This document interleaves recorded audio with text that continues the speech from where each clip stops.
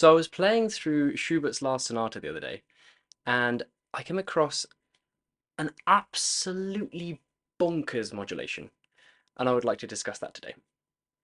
Now, can I just say, if you don't know Schubert's Last Sonata, you're in for a treat. Go and listen to it. Go and play it through. It really is just one of the most beautiful pieces ever written, and it's one of those where you listen or play through the first movement and you're like, well, that's the best one. And then you hear the second movement and you're like, wow. And then the third one and you're like, oh my God. And then the fourth one and you're like, well, this is obviously so much fun. So it's the emotional range in it and the modulations and it's just amazing. So go do it. Now, obviously, Schubert is known for his crazy modulations. They have a quality of freshness that I think is honestly just unmatched. So when I say that this is Schubert's craziest modulation, it really does have to contend with lots of crazy things that he's done. In fact, it even has to contend with crazy key changes in this very sonata, like this bit from the first movement where he finds himself in A major and needs to be in B flat major, so he just does it. Let me show you.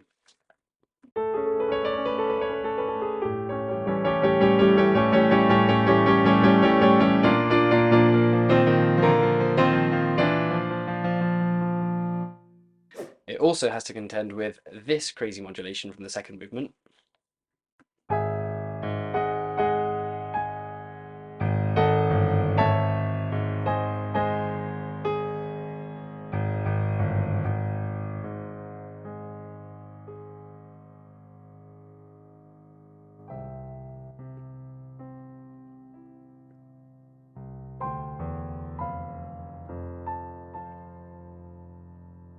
It also has to contend with this gorgeous bit from the fourth movement where he's in B flat and then he's just in A flat.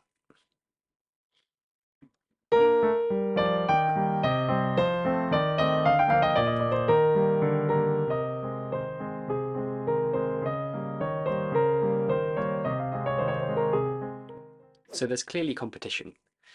But this modulation that I want to talk about is special. And I think it's special for two reasons. So first, it's kind of understated. Like it just kind of happens really quite quickly and you kind of barely notice it. And second, it's bonkers.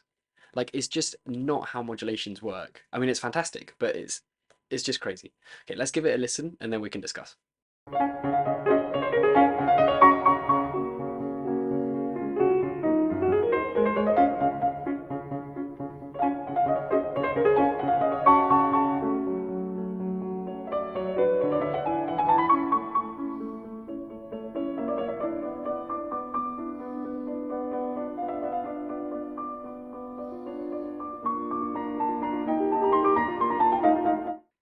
Did you see it? Did you feel it?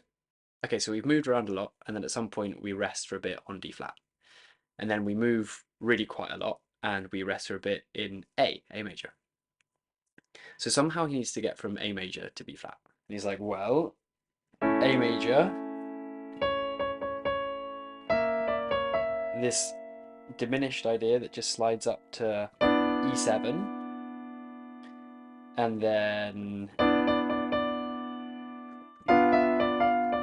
so we've got this diminished chord, which I guess we're hearing as E dominant with a minor ninth, just without those two notes. And then here he's just like, well, I'm here, so I might as well just go there. And the thing that's really crazy is that it just works really well. Let's give it another listen.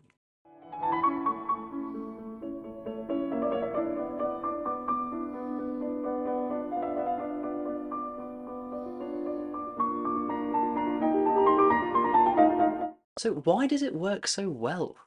Well, I think Schubert is being sneaky in four different ways. The first one is to do with phrasing. So he's got these groups of 6 bars in each phrase, and he keeps this pattern going for a bit. And then just before he needs to go from A to B flat, he messes with that pattern and he just gives us 2 phrases of 5 bars. And 5 bar phrases are quite hard to hear. But in addition to that, he also messes with the rhythmic structure within the phrases. See, we've been seeing this rhythmic pattern throughout the movement.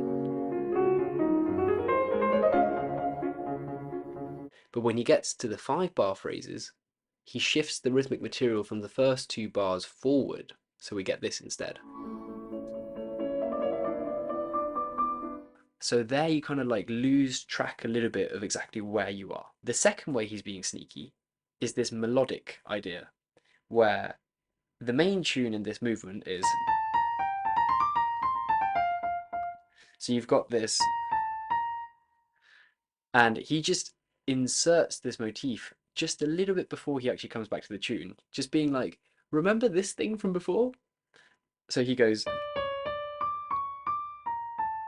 and then that's it. Like with that, we've arrived at the tune. The third way he's being sneaky is to do with the left hand. So at the start of the movement, when he presents the tune to us, he's doing this. So then here he just brings that back in again, being like, remember that? So he's doing this figuration, and then, and then, and then, and the final way he's being sneaky is just harmonic. He's just saying, look, I think this is just close enough to that, so maybe I can get away with it. Now, to be clear, diminished seventh chords can resolve to any of the 12 keys. I actually have a video explaining how they can resolve anywhere, so you can go watch that afterwards. But first of all, Schubert's not even using a diminished seventh. He's just like, nah, don't need it. And then second of all, if you are going to use a diminished seventh to modulate to B flat, you can, but you have to go through the dominant, F7, and then resolve. Whereas Schubert's just like, nah, I'll just go directly. So the thing that comes to mind, actually, is a quote by an old chess grandmaster called Mikhail Tal.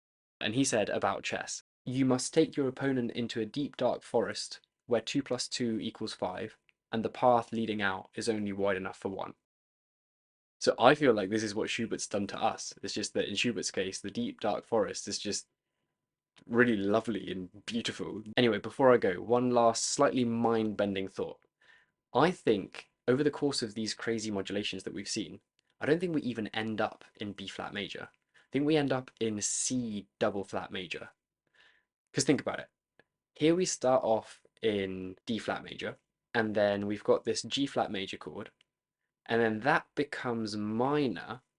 So it's written as an F sharp minor chord, but it's actually a G flat minor chord, which means that when we modulate to the relative major, A major, it's actually B double flat major, which means that this diminished chord is actually C flat diminished, which means that we actually end up in C double flat major.